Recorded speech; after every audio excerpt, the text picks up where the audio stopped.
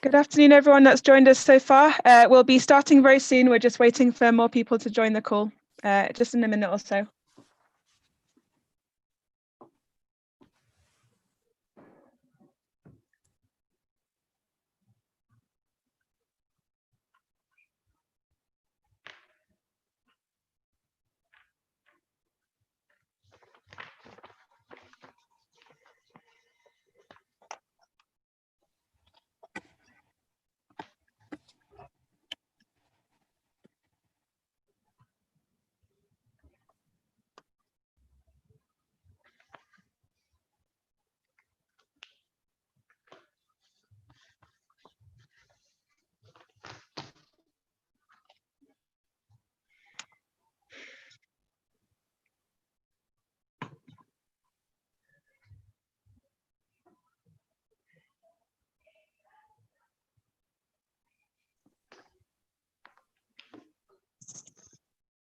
Okay, brilliant. Thank you for joining us, everyone. We're going to get started now.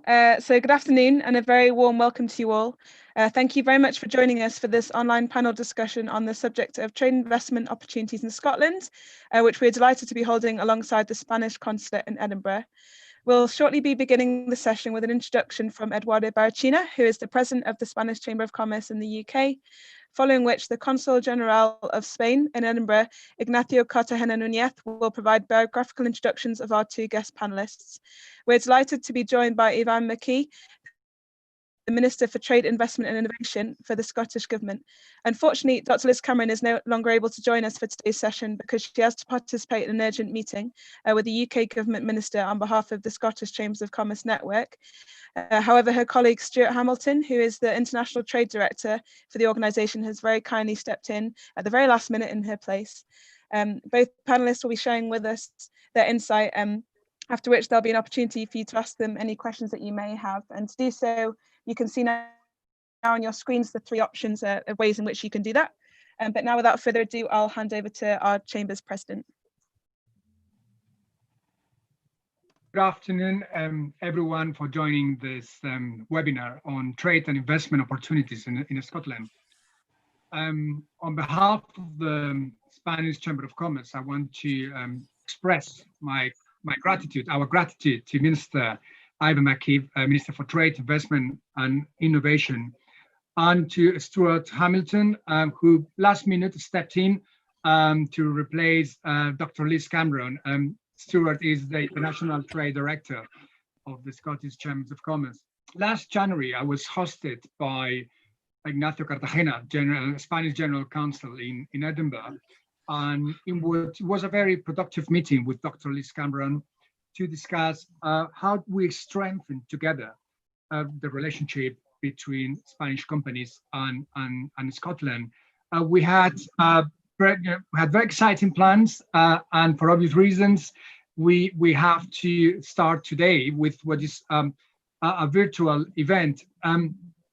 We do not have physical presence in Edinburgh, but we are extremely pleased with this new relationship that under the leadership of Ignacio at the Spanish Consulate, with these new events and steps we are taking with the Scottish institutions, will help us to strengthen the relationship between the Spanish Chamber of Commerce and all the companies and members and patrons and Scottish institutions. We are in the middle of a global pandemic. We are facing Brexit in less than 6 months, and never before this dialogue between companies and institutions has been so important. We will remain committed and determined to strengthen this dialogue with Scotland. And I think this webinar, which will not be the first one, is testament of this commitment. I do hope everyone will enjoy what the Minister and Stuart Hamilton will have to share with us. And more importantly, I do hope that this seminar, this webinar, will bear fruits. It will not be the last one, and it will be the first of many events, hopefully some physical, between Spanish companies, Spanish institutions, and Scottish institutions. So let us now enjoy this opportunity. Let us now learn from the Minister I'm from the Scottish Chambers of Commerce.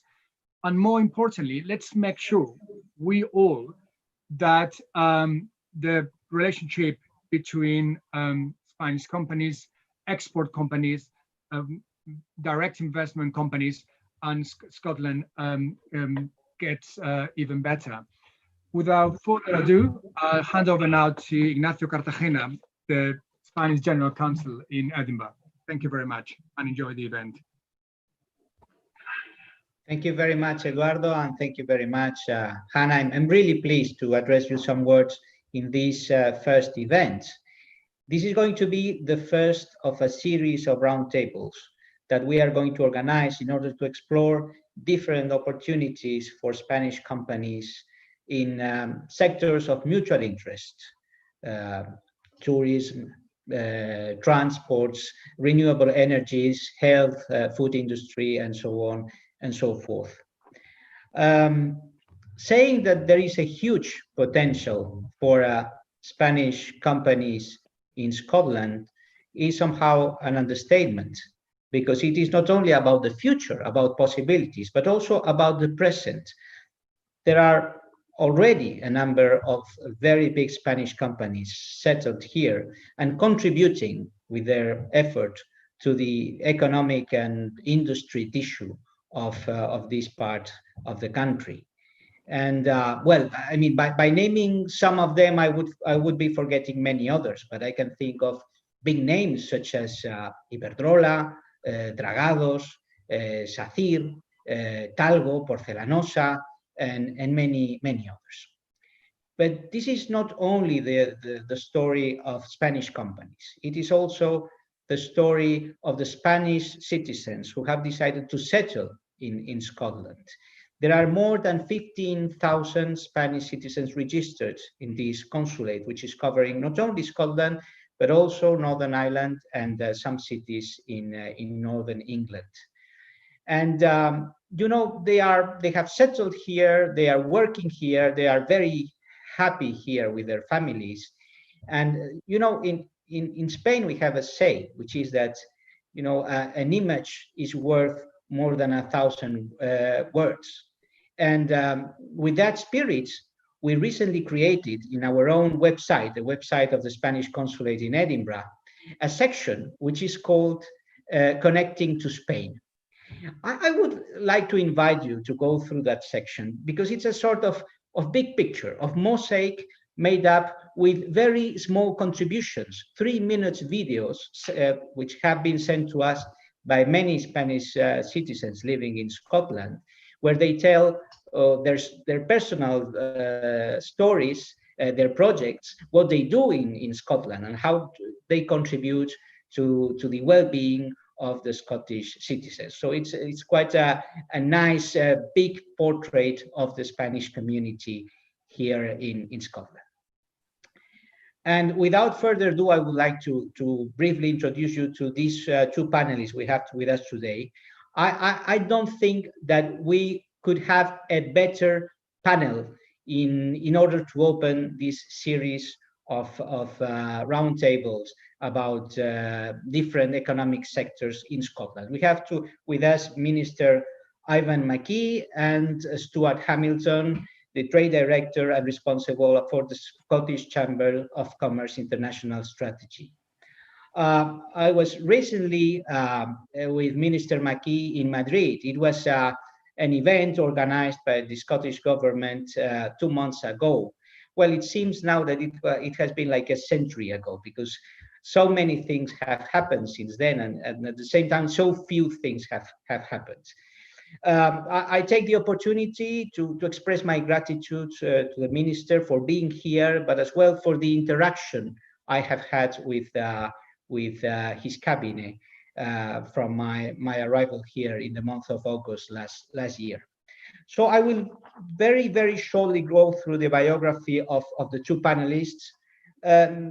Ivan Mckee was elected MSP for Glasgow Provan in May 2016 and was appointed Minister for Trade, Investment and Innovation in the Scottish Government in June 2018. Brought up in Glasgow, Mr. Mckee obtained a Bachelor of Science and engineering from Strathclyde University in Glasgow, and he also holds an MBA from Newcastle University. After spending 2 years in Bangladesh with voluntary service overseas, Mr. Mckee worked for a number of large and startup manufacturing companies. And in 2005, he started his own international manufacturing consultancy business. His career has included periods living and working in a number of countries, including Poland, Croatia, Finland, Norway, Bosnia, and Estonia. And now I will go through the bio of Stuart Hamilton, who has a 40 years experience in B2B sales, including 10 years delivering sales, leadership, and management training. He has a proven track record in helping business to achieve ambitious targets. As a mentor acting for several chambers of commerce and business accelerator companies, Stuart has also many years experience in working with starts up and scales up to implement effective sales processes and systems. At Scottish Chambers of Commerce, Stuart leads on international trade strategy and B2B trade missions with the network of international chambers of commerce.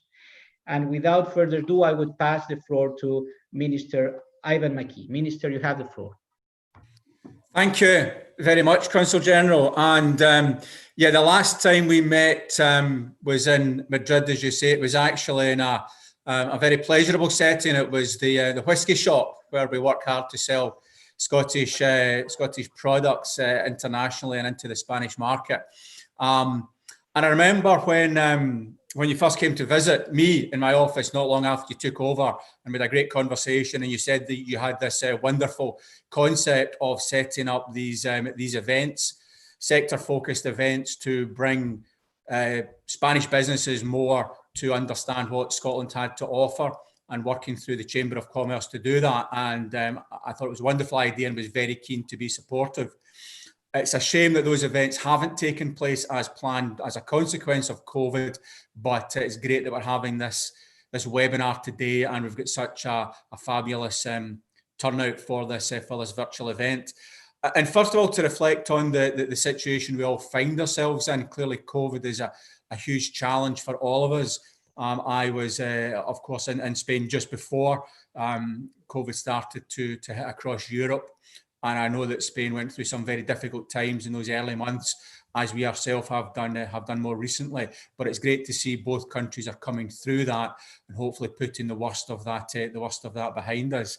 And as we move forward, it's about understanding what is now different, what we've learned, and what we can do to move forward and build our stronger relationship between our countries and our businesses, and to learn the lessons of what this experience has taught us.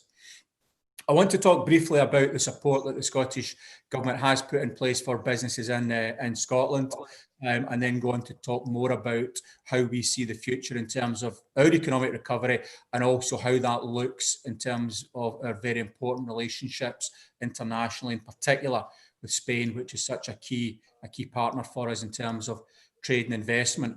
So as everyone appreciates, and I'm sure many of the businesses on here will have been significantly impacted in some key sectors, the impact on businesses and the economy has, of course, been significant. And as we move forward out of the current situation, the priority of the Scottish Government is to be in a place where we are able to eliminate the virus in Scotland so that we can return to normal as quickly as is safely possible to do so, and to absolutely minimise or remove the risk of us having to revert to a lockdown situation. And that's what is guiding us. So we're taking very careful steps to make sure that we can make those moves and not have to go backwards.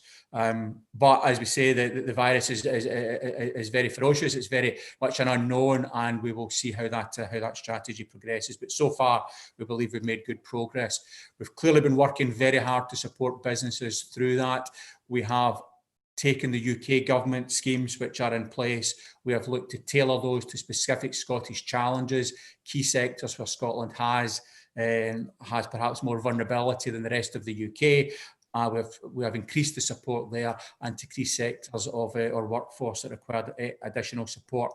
So we've spent, in proportionate terms, slightly more than the overall UK package, and we continue to look for opportunities to support businesses in Scotland to help them through this. And very much not just about mitigating impact, although that is of course hugely important, but also very much about identifying opportunities that come out of the virus in key sectors. And I can cite some examples of work we've done to build resilience in PPE manufacturing in Scotland, work we're doing at the moment on life sciences, looking at vaccines and treatments in Scotland, work we're doing with our digital sector to maximise the impact that Scottish business can have through platforms like we're using just now in remote working technology and so on and so forth. So looking for opportunities for business in Scotland to be able to develop exportable technology as a consequence of that. Something we're very keen to partner internationally with of course. And I suppose that leads me on to talk about our international focus. We have, as you will be aware, published last year, the middle of last year, our export plan, and we identified key sectors and key markets that Scottish business was should focus on, and how government and our wider network would support them in that endeavour. And Spain, as you would expect, was one of the key markets we identified in our Premier League, if you like, of countries that we wanted to do more business with. We benefit from presence in Scottish Development International in both Madrid and Barcelona, and we have a growing number of global Scots in Spain, across Spain. And I'm delighted to say we recently appointed John Scott, who's been a long-standing resident of Spain, as our trade envoy for Spain. So that really steps up the relationship and engagement we have with the Spanish market. So Spain is a key market for us, and during my visit there earlier this year, we had some fabulous meetings with businesses, export opportunities and investors, existing investors into Scotland and potential new investors across a range of sectors: food and drink, of course, energy, transport, tech, tourism, a whole range of sectors where there's huge opportunity for us to work together more deeply. As we move forward, a key part of our economic recovery plan coming out of COVID is to look at how we can maximise investment opportunities. We will be publishing, as a consequence, in the autumn of this year, our foreign direct investment plan for Scotland. This builds on the great work that has happened already through Scottish Enterprise and SDI. Scotland, for the last 7 years, has been the most successful part of the UK outside of London for attracting inward investment, something we're very proud of, but we see tremendous scope to increase that success and build on the relationships we have with investors internationally. So that plan will identify key sectors where Scotland has some real genuine strengths, where we have clusters in technology and some great business opportunities and investable propositions. And we go forward with the message that investors would be certainly missing out if they weren't taking part in those key sectors that Scotland really has genuine global expertise in. And we look forward to publishing that plan later this year. Because I think if you look across the investable proposition in Scotland, it's not just about the fabulous technology and talent we have in our universities, the businesses we have, the natural resources we have, which is so evident in our energy and renewable energy sector and our food and drink sector and many others, and the tremendous skills that we have of our population that we continue to work on. I think one of the things that's absolutely central is the ability of Scotland in a very agile way to bring together government with our agencies, with our world-class universities, with our existing business clusters, and with wider support mechanisms to put together very tailored support packages, working very much with chambers of commerce and other business organisations and local government to understand what investors are looking for and to provide what it is they need to make the investment work for them. So very flexible, very agile in that sense, and very keen to engage with investors to understand what it is we can do to make your investment experience in Scotland as valuable as possible. So I think I'll draw my opening remarks to a conclusion there. Very much looking forward to the questions, and looking forward to engaging with you on this virtual setting, but even more so, very much looking forward to engaging with you face to face when it's safe to do so, either in Scotland or on my future trips to Spain. So thank you very much, and I shall hand back. Well, thank you very much, Minister. There is a very tight time constraint, but you managed to touch upon very, very interesting sectors. You spoke about, different strategic sectors: energy, transport, technology, food industry. You referred to the export plan, to the upcoming foreign direct investment plan. You spoke about universities and the possible interaction between universities, agencies, and the regional government. And I'm sure that all those subjects will be coming up in the question and answer session. And without further ado, now I pass the floor to Stuart Hamilton. Stuart, you have the floor. Thank you very much. Thank you very much. It's a pleasure to speak to you this afternoon. I'm getting very used now to having all these online meetings as opposed to meeting people face to face. It doesn't really seem to be a proper substitute, but there we go. As was explained, I'm standing in at the last minute for our Chief Executive, Dr. Liz Cameron, who's actually involved in a meeting with the Treasury this afternoon that came up at very short notice. So I will try and do my best and stand in for her properly. Regarding the trade and investment opportunities in Scotland, I wanted to talk really about both import and export because they go hand in hand. And first of all, I think that at Scottish Chambers, we believe very strongly in encouraging the growth of private and public sector partnerships, which will enable trade to improve if that is the case. I mean, for example, and I'm going to speak about this more in a wee bit more detail in a minute, but we have the Scottish Government and Scottish Chambers of Commerce Network's International Trade Partnership. These partnerships between private and public sector, I think, are going to be key in future because we need to make the best use of resources that are available to us. So who would have thought just a few months ago that we would not be talking about Brexit as the main problem of the day, but we've got a double whammy at the moment with Brexit and COVID.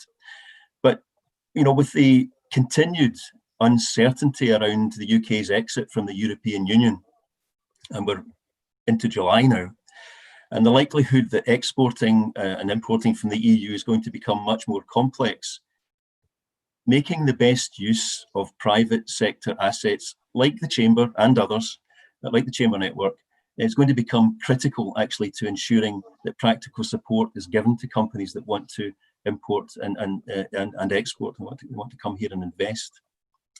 But we're also, as well as facing the uncertainty around leaving the EU, now faced with COVID and being unable to travel to any great extent. And this is causing a great deal of uncertainty, of course, and we believe that the key to moving forward is going to be, as the Minister already mentioned, actually agility and flexibility and innovation, because we are now faced with new ways of working. The old way of working is not going to be back with us again for a very long time, if ever at all, and we need to adapt now to these new ways of working. On that score, I wanted to talk about the Scottish Chambers of Commerce international trade missions that we're running this year. Now, for those of you who may not know, the Scottish Chambers of Commerce is the umbrella body for 30 autonomous individual chambers of commerce across Scotland, from the Outer Hebrides and Wick up in Caithness down to Dumfries and Galloway in the borders, including all the city chambers as well. So we have a very wide range of 12,000 members, in fact, in the chamber network in Scotland, but a very wide range of experience, size of businesses and size of chambers, from the big city chambers to some of the smaller ones, all with different expertise and experience in different sectors. In Scottish Chambers of Commerce, SCC, and not the Spanish Chamber, but the Scottish Chamber, SCC, is the umbrella body for all these. Now, as part of the export growth plan that the Minister already referred to, last year the Scottish Government awarded a grant of up to £2 million to Scottish Chambers of Commerce and the wider network below us to run business-to-business trade missions. And that really kicked off properly in earnest, I would say, round about May last year. And we ran, of course, there's always a little bit of time to build up some momentum, But once the contract was signed, we ran 13 last year very successfully.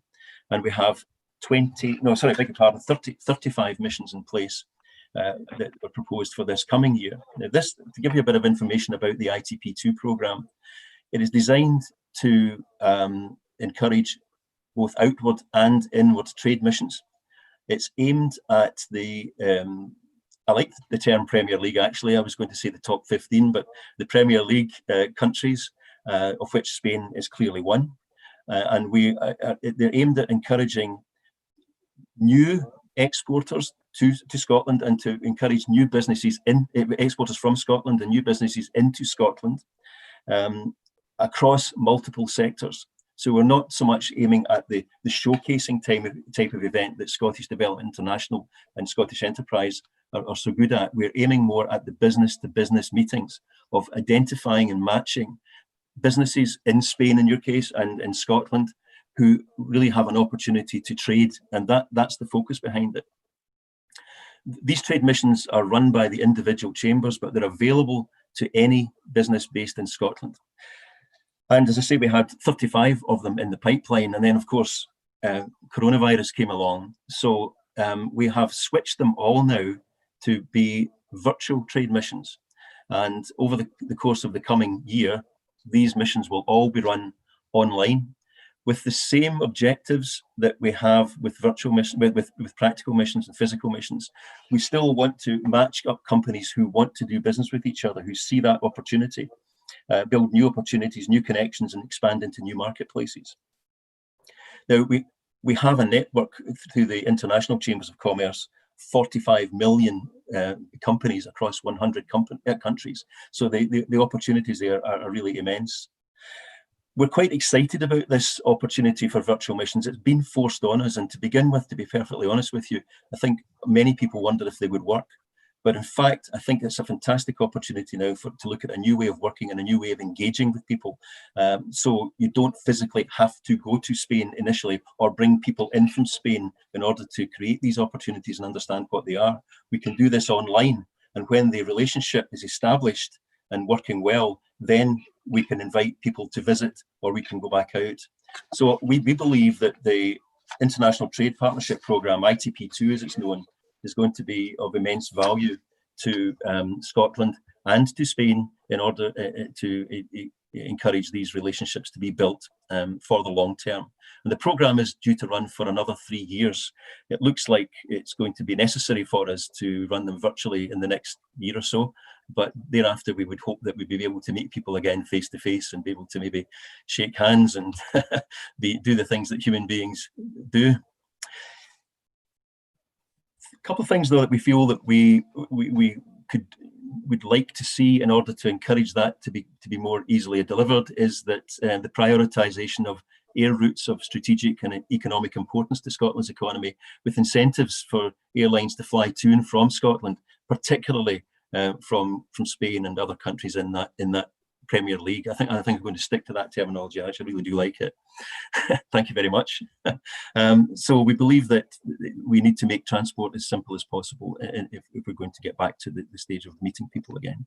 We also want to encourage the use of international trade ambassadors, because Scotland benefits at the moment very strongly from the Global Scots programme. It does excellent work, but there are many other avenues into other countries from expats here from Scotland who are well connected in Spain and in other countries with great connections, understand what's happening on the ground, who could really be encouraging the relationship between our two countries and helping to put some of these businesses together. So we're very keen to try and explore and encourage the growth of these ambassadors, both in Scotland and in Spain. And lastly, we really want to focus, I believe, on protecting the assets that we've already got, making sure that our existing exporters and the opportunities for import that already exist are not lost because of what we're facing through Brexit and through coronavirus. So we really feel that we need to knuckle down and protect what is already working very well for us. Now, I know we're tight for time, so I think I'll stop at that point and open up to questions, if that's all right. Yeah, great. Thank you both of you very much for for speaking there. So we now have time for the questions. Any questions that those of you who are tuned in have. So as the screen showed you before, there's different ways in which you can submit your questions. I can see that many of you've already been doing so via the Q&A function. However, there's also the chat function on there as well. In the screen that we were sharing, there's also a WhatsApp number in there too, if you prefer that way. The first person who's going to be asking a question is Nacho Morais, who is the Treasurer of the Spanish Chamber of Commerce. Nacho, over to you for your question. Hello, Hannah. Thank you very much. Can you hear me? Yes. Perfect. Thank you very much. Thank you for your interventions both. And my question was with respect to one sector that is very important both for Scotland and for Spain, that is the sector of tourism. The Edinburgh Festival, something that I am a very big fan of, unfortunately has been cancelled for this year. I don't know if there are any plans to retake it at a later date or something. But what are your plans to push forward for this industry, for the tourism industry, to revive it once the COVID pandemic starts going a bit slower? Thank you. Thank you very much for the question. Yeah, you're absolutely right. The tourism sector is hugely important in Spain and hugely important in Scotland, and it's something that we've recognised as part of this recovery process. So significant support has been put into tourism businesses. We've had dedicated funds to support the tourism sector in Scotland through this very difficult time, because it is a sector that's been particularly badly hit by the COVID restrictions we've had to put in place. So in terms of the immediate steps, we are planning to start to open up the tourism sector from the middle of this month in Scotland, and we think that will help to stimulate some activity there, and we will watch very closely.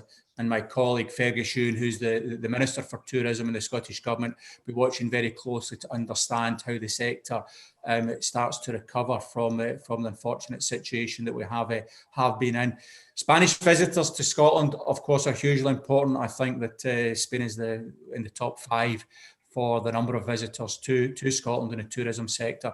So re-establishing those links is something that we're obviously very focused on, and very much looking forward to welcoming Spanish visitors back to Scotland as soon as it's safe to do so.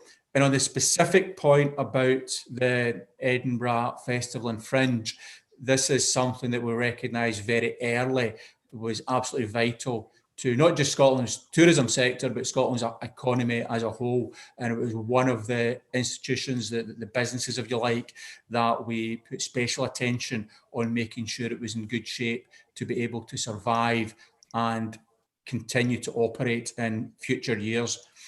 So the Fringe Society has got a £1 million interest-free loan support from the Scottish Government. It's also benefiting from £149,000 of grant through our Pivotal Enterprise Resilience Fund, and another £100,000 grant from Edinburgh City Council. So there's a number of mechanisms we're using to put resources and support, grants and loans into the festival to make sure that it's in good shape going forward as an institution to continue to attract the best in the world to Edinburgh on an annual basis. And as I said, we'll continue to watch this sector to make sure that it's able to survive and continue to contribute to Scotland's economy, but also to the well-being of our society and to our visitors that are very welcome to come and spend their time in Scotland. Thank you very much. Thank you for your response. Great, thank you, Nacho. Okay, next we are joined by Nuria, who from a Spanish firm called Roman RM, who is going to be asking the next question. Over to you, Nuria. Hello there. Can you hear me well? Can you hear me? Yes. Oh, thank you. Hello there. Thank you both of you for the presentation, Mr. Mckee and Mr. Hamilton.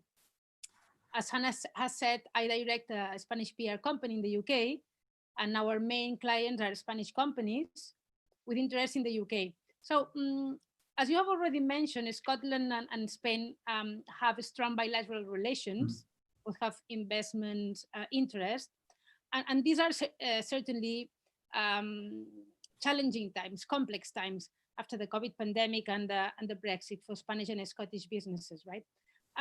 But I was thinking, looking to how can we help the Spanish companies, looking for clear advantages that you have put in place? Have you put clear advantages in place, or which are the advantages that you are offering for Spanish companies looking to invest in Scotland? Yeah, thank you for the question. I think, as I said earlier, it's hugely important, and one of our great strengths is we're able to be agile and focus on specific opportunities and what the investor needs. So, frankly, we look at every case on an individual basis. That can be regional selective assistance support with R&D investment. It can be support unblocking other challenges that are in the way of an investor, be that around about regulation or planning and so on and so forth. So, and it's very much also about bringing together people that can work with the investor when they land here, so that in that particular sector, it may be that linkages to universities or other agencies where there's technology support is important. It could be the understanding what that sector and that cluster looks like in Scotland is important, so they're plugged into everything else that's happening. It could be that they've got skills is particularly important, and we would work with SDS, our skills agency, to understand those requirements and how we can tailor packages to support that. So I think we pride ourselves in it being a very individually focused package we would put together, very much about building a relationship with the investor. It's not transactional, it's much, much more than that. It's about understanding what the investor's looking for and how we can be part of their long-term journey in Scotland to build on their success, because their success at the end of the day is our success. And I think it's important to recognise that we've been successful in that. In terms of foreign direct investment, Scotland, as I said, the most successful part of the UK outside of London now for 7 years in a row. So we believe that what we're doing is effective, but there is obviously always more that we can do. And these kind of discussions that we're having today help us to flesh out and understand better what those offerings could be. So if you've got something you want to talk about, please come forward and let's have a conversation about it. Thank you. Could I add to that just on a more general note? I mean, clearly that's, not looking at specific companies, but if you had groups of companies who are interested in the opportunities that might exist here and are looking for potential partners, then that is where, again, Scottish Chambers would be able to step in to help to maybe organise a virtual online mission to match up with companies in this country who would be interested in doing business. I know that's looking at it from a slightly different angle, but I just wanted to make you aware of the fact that, you know, you could approach us with a proposal, if you like, to run a trade mission, and we can take it from there. We'd be very keen to hear from companies that want to come indeed, here. it's not just companies, it's also, you know, institutions, and for sure, chambers of commerce can help a great deal about it. Yes. Yeah. Thank you. Great, thank you very much, Nuria. Okay, next we're joined by Chenshao Huwu, who is from our new patron Del Canto Chambers. Chenshao, over to you for your question. You're on mute. I think we can't quite hear you there. You hear me now? Yeah. Thank you. Good afternoon. Many thanks to the Spanish Chamber of Commerce and to the Spanish Consulate in Edinburgh for hosting this event. Thanks as well to the panelists for sharing your insights. It is with much pleasure that I join this dialogue, as the beautiful city of Edinburgh has been my home for over 2 years now. Jumping back to my question, I would like to invite you to share your opinion with regards to a bit of a controversial topic, which is the landscape after Brexit. More specifically, how this would affect not only new trade and investment opportunities in Scotland, but also existing trading and investment activities from Spanish companies. And I would like to add Latin American companies to this topic, considering that Spanish is a largely spoken language in this area. Thank you.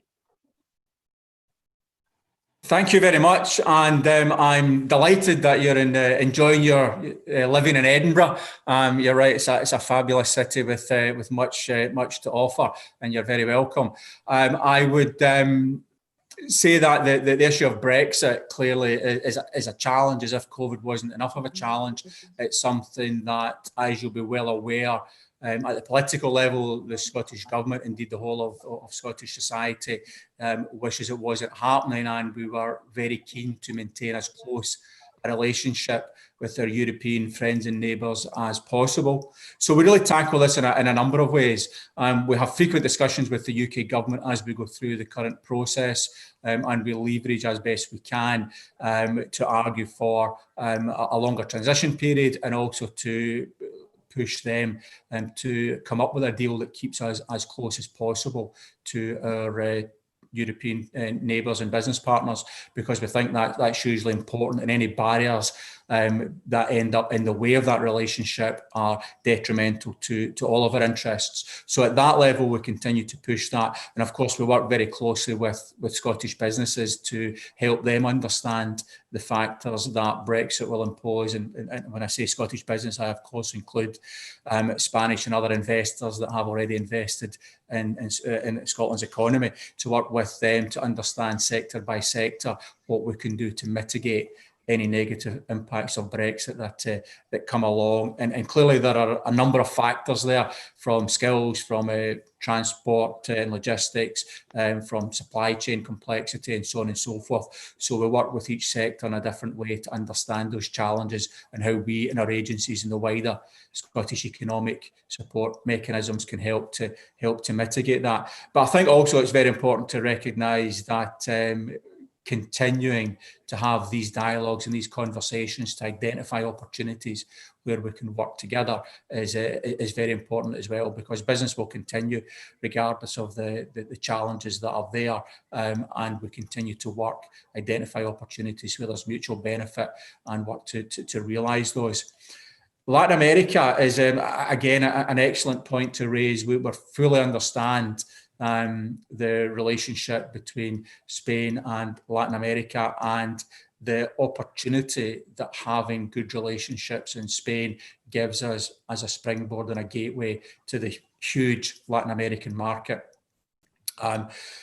Brazil and Mexico are both part of our target markets in our export plan, but we have, of course, relationships with many other parts of Latin America. In my own part of Glasgow, we've actually got a Colombian inward investor who has been very successful in investing in a local business and taking that from strength to strength. So those relationships are many and varied, and we continue to look for opportunities to do that. But I think it really makes Spain sit as an even more important target for us, because, as I say, we do see that very much as a gateway to that large Latin American market as well.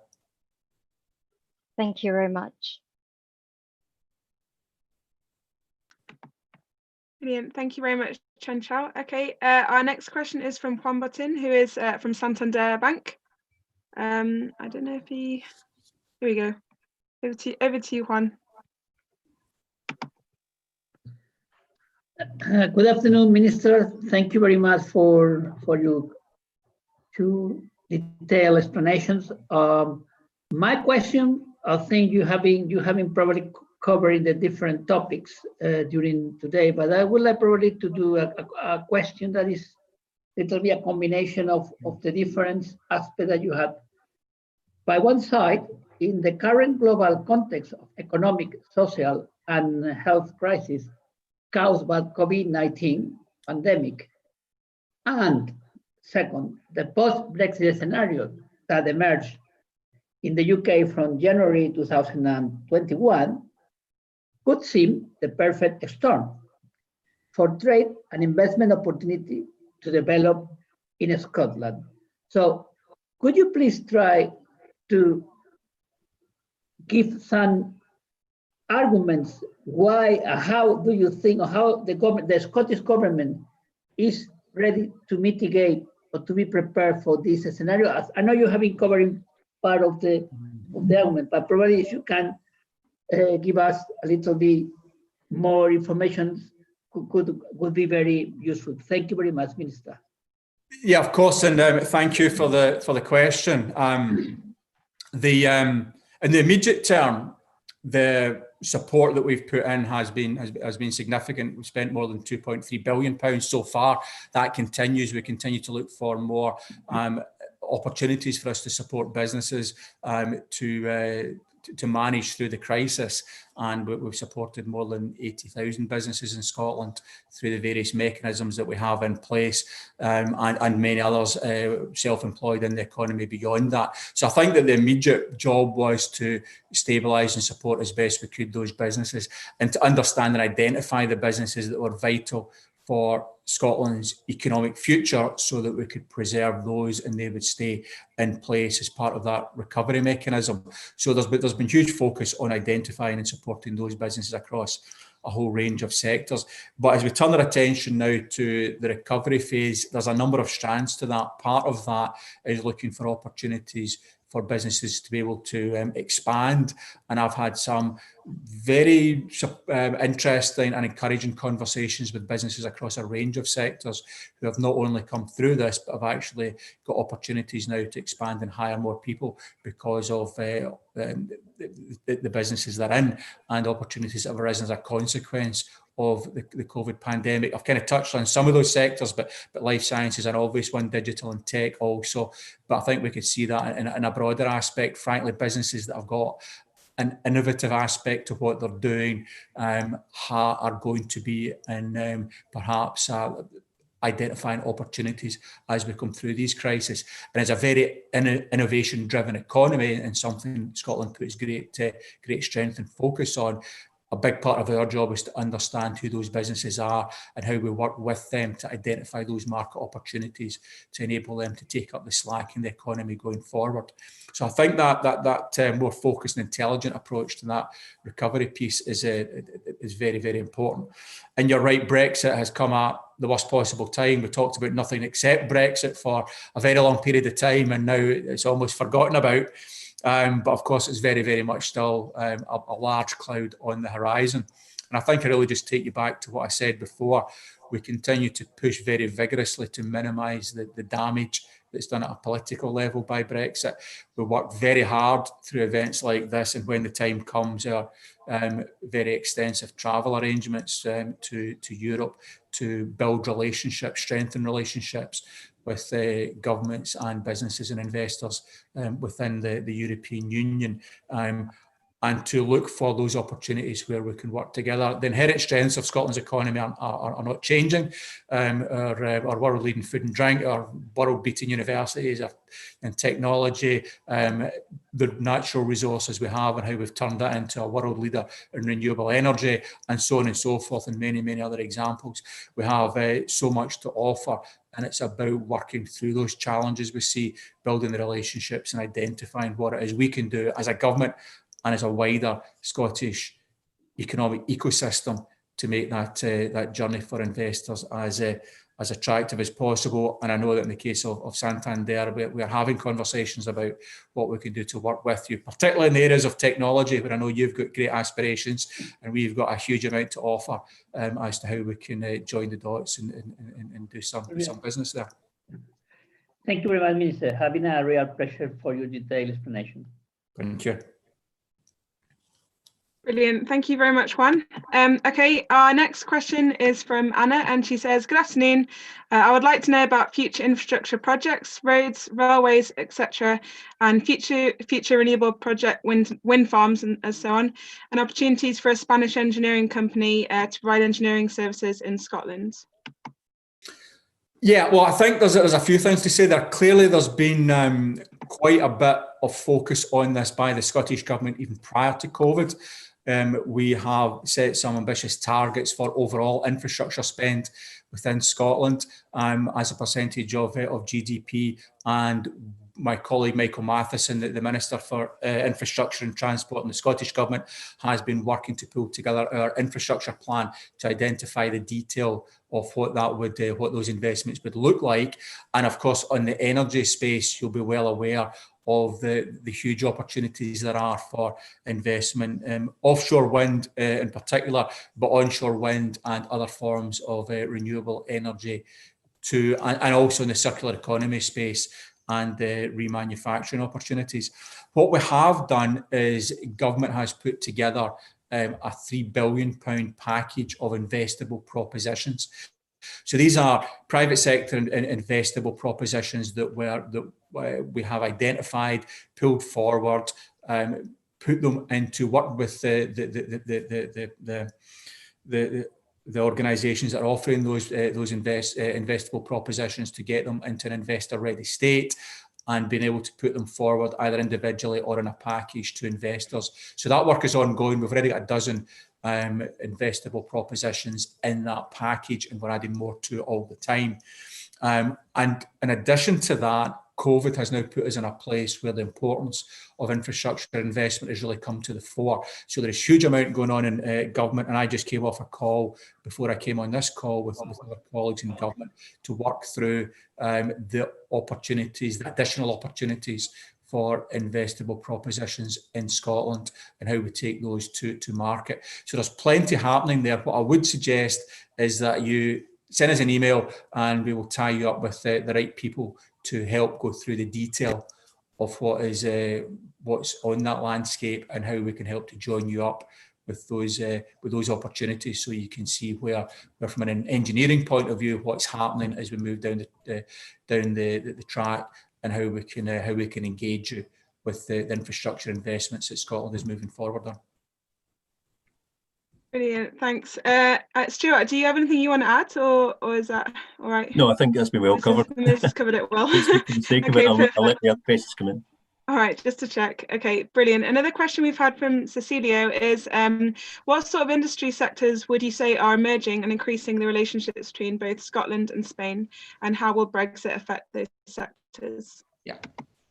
Well, Brexit's really a shadow, but as I said, the fundamentals are there, and we believe that Scotland's got a lot to offer. Food and drink, obviously, I mentioned, and there are fabulous products going in both directions.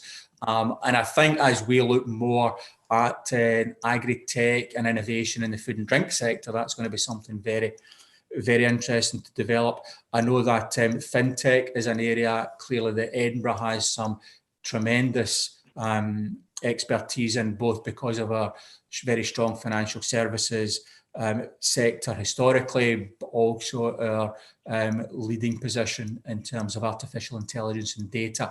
And I know from my visit that that's an area that Madrid is, city in particular, and other parts of Spain as well, are very keen to focus on and develop relationships in. Tech in general is something I know when I was in Barcelona, there was we had some fabulous meetings there with businesses and institutions that are working in that space, and shared a lot of conversations about how we can cooperate there. Again, Scotland has some fabulous strengths there, and of course energy and infrastructure and renewable energy in particular, something we have got some world leading expertise in as a consequence of a long heritage in offshore engineering, and something we're putting very much to good use in the transition to renewable, something that the Scottish Government is very committed to. That is an area working with Spain's energy sector. I think we can do some fabulous work together on. So some real key and very important sectors. And of course, life science, something that has come so much to the fore in the fight against COVID, and be that vaccines, antibodies, cures, treatments. So much focus now in that area, where we've got some great technology and very keen to share and partner with that in the fight against COVID. So quite a range of sectors, but we are very clear about what we're good at. We know we've got depth of expertise in those areas, and as I said, very keen to partner with Spain in particular in those areas. I think there's going to be a drive as well towards social benefit. I mean, the sectors that have been mentioned, like AI, technology, life sciences, digital healthcare, that's the thing. Renewables, all key. But I think there's a possibility, a strong possibility, that we're going to come out of this with a different idea of what's important in life, and that perhaps things that bring greater social benefit, technology along that line, the services and innovation is going to be of key importance. agree. Thank you both. Okay, I think we're not got much time left, but we just got one last question come in from Peter to read out. And Peter says, as the situation with the coronavirus pandemic seems to be quite different how it is in England as it is in Scotland, do you think that there's a possibility that an air bridge situation could resume between Scotland and Spain, even if England cannot participate in this? Obviously quite topical in all of this, all very topical. Well, you left the hardest question to the end. Wow. There's, just to explain the landscape, Scotland has a responsibility within the UK, as do the 4 nations of the UK, for public health and the approach to Scotland on how we deal with COVID in a public health context is being, where possible, the 4 nations have worked together, England, Scotland, Wales and Northern Ireland, but there have been occasions where, because we believe it's a better approach, we've taken a different approach. I would like to believe that we are in a position now in Scotland where we have moved beyond the worst of COVID, and certainly the numbers are showing significant reductions week on week in the number of cases, the number of people in hospital, and sadly the number of people that have died as a consequence. Those numbers are reducing significantly all the time. We must of course guard against any future outbreaks, and that's a huge part of our approach to easing the lockdown. International borders, of course, is the responsibility of the UK government, and we continue to talk with them round about the issue of air bridges and where that might lead us. Now, in terms of where we get to as a consequence of the fact that the virus looks to, at the moment, be under control in Scotland, whereas in England, unfortunately, we have seen some specific localised challenges recently. The First Minister has said that we're looking at everything to enable to protect the health of Scotland, to enable us, society and economy, to return to normal as quickly as possible. So there are a number of considerations there. It will clearly depend on how things transpire, but I think the message is we would look to consider a number of different scenarios as we move forward, but clearly the situation where everybody recovers from this as quickly as possible is of course preferable, and where we would want to get to, and we work very hard with our neighbours in England, Wales and Northern Ireland to try and realise that. Brilliant. Thank you very much for that.